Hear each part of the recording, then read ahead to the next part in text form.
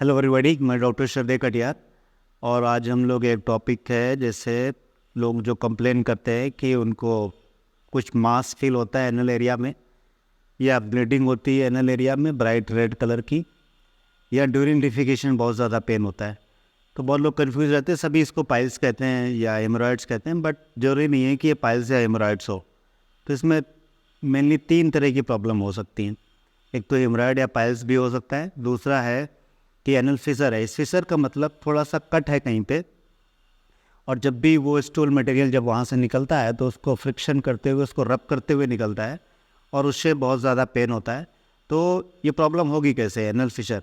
Anal fissure अगर आपका stool बहुत हार्ड है तो उस हार्डनेस की वजह से, और उसके साथ साथ आप बहुत ज़्यादा स्ट्रेनिंग कर रहे हो, बहुत ज़्यादा ताकत लगा रहे हो, तो वो हार्ड स्टूल थोड़ा शार्प होगा, तो वहाँ का जो नीचे का जो पार्ट है जो बहुत ही सॉफ्ट होता है वो डैमेज हो जाएगा, और वहाँ पे कुछ इंजरी आ सकती है। आप डेफिकेशन तो हम डेली करते हैं, तो डेली की बेसिस पे वहाँ पे फ्रिक्शन होगा। उस जो प्रॉब्लम है, जो वुंड है, उसको कभी हील होने का टाइम ही नहीं मिलेगा। तो वुंड हो सकता है काफ़ी लंबे दिनों तक परसिस्ट करे, या वो प्रोग्रेस भी करे। और जब आप डिफिकेट करने जाओगे तो वो पेन होगा, तो आपके माइंड में ये चला जाएगा कि जब मैं डिफिकेशन करने जाता हूँ तो पेन होता है, तो आप स्टूल को होल्ड करने की कोशिश करोगे। उससे क्या होगा कि आपका और कॉन्स्टिपेशन डेवलप होगा, तो एक ये विशियस साइकिल बन जाता है। तो एनल फिसल में ये वाली विशियस साइकिल बड़ी ज़्यादा कॉमन है कि कॉन्स्टिपेशन से आपको एनल फिशर हुआ, एनल फिशर की वजह से आप अवॉइड करते हो डिफिकेशन, और इस प्रॉब्लम की वजह से और ज़्यादा कॉन्स्टिपेशन डेवलप होता है। दूसरा होता है फिशुला, जिसको हिंदी में भगंदर भी कहते हैं।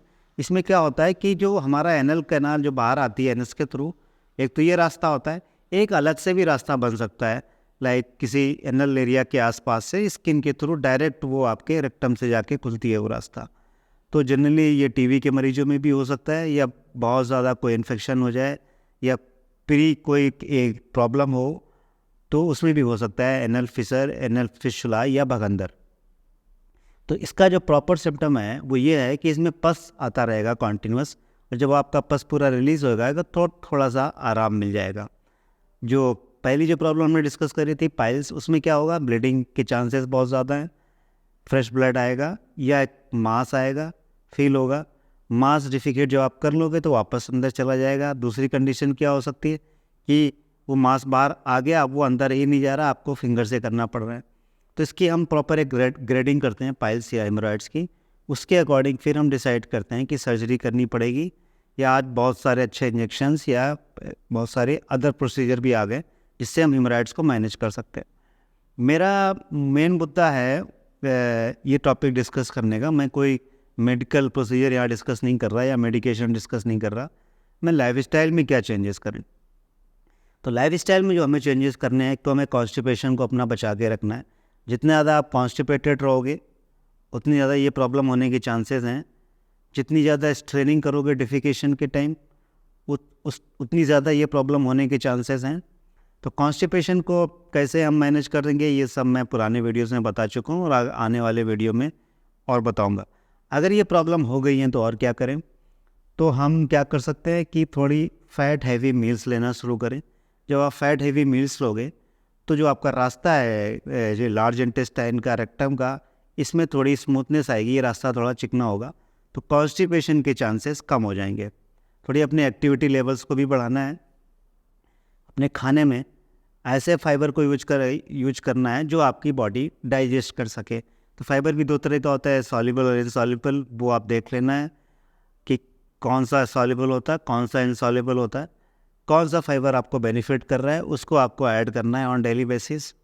तो मेन पर्पज़ इज़ कि कॉन्स्टिपेशन ना होने पाए, और वो जो रबिंग हो रही है, जो फ्रिक्शन हो रहा है, वो ना होने पाए। उसके साथ साथ हम क्या कर सकते हैं, हमसे आपके डॉक्टर्स ने बताया होगा, सिट्स बाथ ले सकते हैं। सिट्स बाथ अगर डॉक्टर के पास आपने कभी विजिट नहीं किया तो मैं बता देता हूँ। तो आपको एक बड़ा पैन लेना है, उसमें ल्यूकवार्म वाटर भरना है, और उसमें कोई भी इलेक्ट्रोलाइट लाइक नमक या फिर एलम, जिसको फिटकरी भी कहते हैं, ये चीज़ें यूज़ कर सकते हैं। गांव में हम पहले एक दवा यूज करते थे, लाल दवा, जो कुआं वगैरह में डालनी थी, वो भी हम यूज कर सकते हैं। अगर कुछ नहीं मिला तो एक सिंपल डेटॉल ही यूज कर सकते हैं। अगर कुछ नहीं मिला तो केवल गर्म पानी ही यूज कर सकते हैं।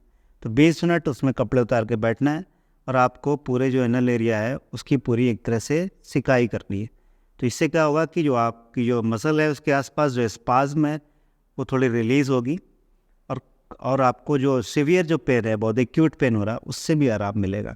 तो 2-3 महीने जब आप ये करोगे लग के, तभी आप देखना कि एनल फिशर में और स्पेशली हेमोराइड्स में को बहुत ज़्यादा रिलीफ होगा। जो एनल फिस्टुला का प्रॉब्लम है उसके लिए सर्जरी ही सबसे बेस्ट ट्रीटमेंट है। किसी भी इस तरह की लाइफस्टाइल चेंजेस से मत पड़ना, और कोई भी दवा उसमें काम नहीं करती, किसी भी तरह का इंजेक्शन उसमें काम नहीं करता। एनल फिस्टुला के लिए हमेशा और हमेशा केवल आपको एक सर्जरी की तरफ जाना ही पड़ेगा। वो भी दो तरह का होता है मेनली फिस्टुला, तो वो आपका यूरोसर्जन बताएगा कि ऑपरेशन कब करना है और किस टाइप का ऑपरेशन करना है। तो मैंने वीडियो थोड़ा शॉर्ट रखा है और मैंने तीनों ही प्रॉब्लम को बताने की कोशिश करी है। तीनों को मैंने इसलिए साथ रखा है क्योंकि तीनों में अर्ली सिम्टम्स आते हुए एक जैसे होते हैं, तो नॉर्मल पेशेंट को, इवन कई सारे फिजिशियन को भी पता नहीं चलता, वो डिफरेंशियल डायग्नोसिस नहीं बना पाते कि क्या प्रॉब्लम है। तो जो बेस्ट डॉक्टर होते हैं इस केस में वो यूरोसर्जन होते हैं। तो अगर आपको लाइफस्टाइल चेंजेस से कोई फ़र्क नहीं पड़ रहा है तो यूरोसर्जन को ज़रूर एक बार दिखाना है। एक आंखों से सामने देखने में एक बहुत ईजी हो जाता है डिफरेंशियल डायग्नोसिस करना। मुझे लगता है ये वीडियो आपके बहुत काम आने वाला है। इसको लाइक, शेयर और सब्सक्राइब मेरे चैनल को ज़रूर कर देना। Thank you very much.